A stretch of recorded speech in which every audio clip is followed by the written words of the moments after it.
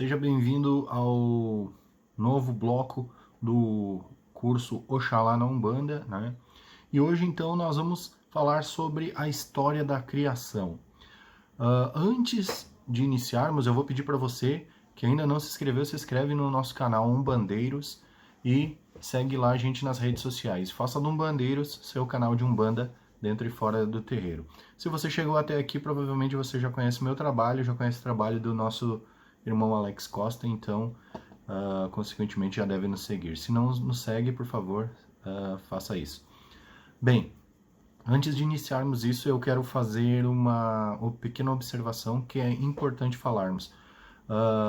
Quando nós falamos de histórias, de lendas da criação, nós precisamos entender o seguinte, que não existe lendas de criação, não existe lenda da criação. O que nós falamos são itãs, tá? Os itãs são histórias baseadas na filosofia e na doutrina e na teologia iorubana, tá? Então esses itãs, eles fazem parte das crenças e de certa forma, histórias dos orixás em terra ou no plano de criação. Principalmente agora o Itã que eu vou relatar aqui, que é a história da criação, o saco da criação, é uma história onde Oxalá é um dos protagonistas.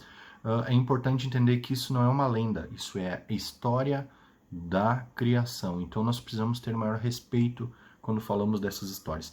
Eu fiz aqui um pequeno texto, eu vou tentar não seguir ele, eu vou tentar ser espontâneo e falar sobre essa história, esse Itã, porque eu devo meus profundos respeitos ao Oxalá, né? E todos nós devemos tê-lo. Então é importante que a gente saiba que isso não é uma lenda, então a gente deve tratar com o devido respeito. Então eu vou tentar ser espontâneo e contar essa história, não ler o texto que nós elaboramos aqui. Bom, enfim, a lenda, né, como a gente diz, é algo que é mítico, que é um mito, né? Mas na verdade, o orixá é uma história verdadeira que aconteceu de alguma forma. E para quem crê, né, sabe que esses senhores, esses deuses, eles sempre existiram no universo e fazem parte da nossa história. Então o Itã, ele fala sobre a criação do Aie, a Terra, né, o mundo. O orixá Oxalá, que é o grande orixá, o rei do pano branco, como é conhecido nos candomblés e também na Umbanda, ele foi o primeiro a ser criado por Olorum, né, o Deus Supremo. E tendo um caráter bem obstinado e independente. Oxalá ele foi encarregado por Olorum para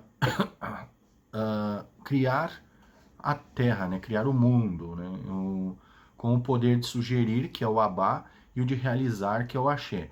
Para cumprir essa missão, o Lorum, no entanto, ele fez algumas orientações a Oxalá, né, com esse poder que lhe foi confiado, foi entregue a ele o saco da criação e, contudo, algumas obrigações, né, com os demais orixás não deveriam de ser cumpridas, tá? E o que acontece? Segundo a história de Ifá, ela conta que em razão do caráter altivo de Oxalá, ele recusou fazer algumas oferendas a Exu antes de iniciar a sua viagem para a criação do mundo. Então Oxalá pôs-se a caminho com seu cajado, né, o Apachorô, para fazer as suas cerimônias. No entanto, ao ultrapassar a porta do Orum, ele encontrou Exu e não fez as obrigações que deveriam ser feitas, porque ali naquele momento Exu era quem fiscalizava a comunicação entre os mundos, né, que seriam, né? Então, o que acontece? Nesse momento em que ele não faz a oferenda a Exu, desculpa se eu não estou olhando para o lado certo da câmera, que eu não me adaptei ainda aqui com o uso dessa câmera, então ainda eu vou olhando para onde eu achar natural. Ele recusa a fazer a oferenda para Exu e o Exu usa os seus poderes para criar uma sede intensa em Oxalá, né? Isso faz com que Oxalá, no meio do caminho, use o Apachorô para furar o tronco de um dendezeiro, né? Que sai um líquido refrescante dali, que escorreu muito, né? O conhecido vinho de palma. O Oxalá bebeu avidamente, abundantemente aquele líquido e ele não sabia que estava caindo numa armadilha de Exu, né? Acontece que Oxalá se embriagou com aquele vinho de palma e acabou adormecendo. Naquele momento, Exu avisa a Odudua, né, que o saco da criação, o que aconteceu, avisou a Odudua o que aconteceu, então Odudua roubou o saco da criação quando Oxalá estava adormecido, né, bêbado, embriagado, estava adormecido. Odudua seguiu com o saco da criação, fez as devidas oferendas a Exu e ali naquele momento ele criou o mundo.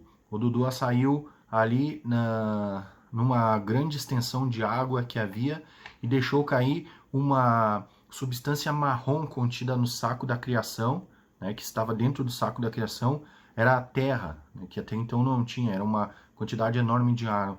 Formou-se então ali um montículo de terra que ficou naquela superfície da água. Odudua colocou uma galinha cujos pés tinham 5 garras, e essa galinha começou a ciscar e espalhar a terra sobre a superfície da água. Assim, quando ela ciscava, ela cobria a água com uma porção de terra e alargando cada vez mais, e é o que os iorubás chamam de Lenfé, né? Que é a expressão que dá origem à cidade de Leifé. Ododu aí estabeleceu, seguindo pelos outros orixás, e tornou-se então assim o rei da terra. Então, ao acordar, Oxalá viu que o mundo já havia sido criado. Oxalá, então, desolado, dirige-se a Olorum para esclarecer o ocorrido. Olorum perdoa o mistério, perdoa Oxalá, sendo Olorum então o mistério do perdão, passa a ser o orixá do perdão. Então Olorum lhe dá uma nova incumbência para Oxalá criar o homem, já que ele não havia conseguido criar o mundo com o saco da criação, como Olorum havia designado. Oxalá toma o barro nas mãos, ele modela o homem e a mulher, porém, aquele molde, aquele homem e aquela mulher não tem vida.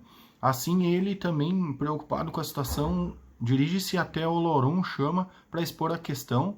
Olorum se aproxima, assopra o sopro da vida, animando os homens e as mulheres modelados por Oxalá. Assim, Oxalá criou o homem e a mulher e passa a receber, então, nada que seja alcoólico e nem que contenha dendê. Oxalá passa a representar a sobriedade, a calma e a paz. Bom, espero que vocês tenham gostado desse Itã. Lembrando, não é lenda, nós precisamos começar a desvincular essa palavra. Não são lendas, são histórias veneráveis de respeito da ancestralidade urbana. Então é preciso ser respeitado. Então fica aqui a minha gratidão para você que acompanhou o curso até o momento e continue conosco aí, se inscrevendo no canal Nosso Umbanda e aqui também no canal Umbandeiros, tá bom? Epa, ô babá, epa babá, sua bênção, seu axé, muito obrigado.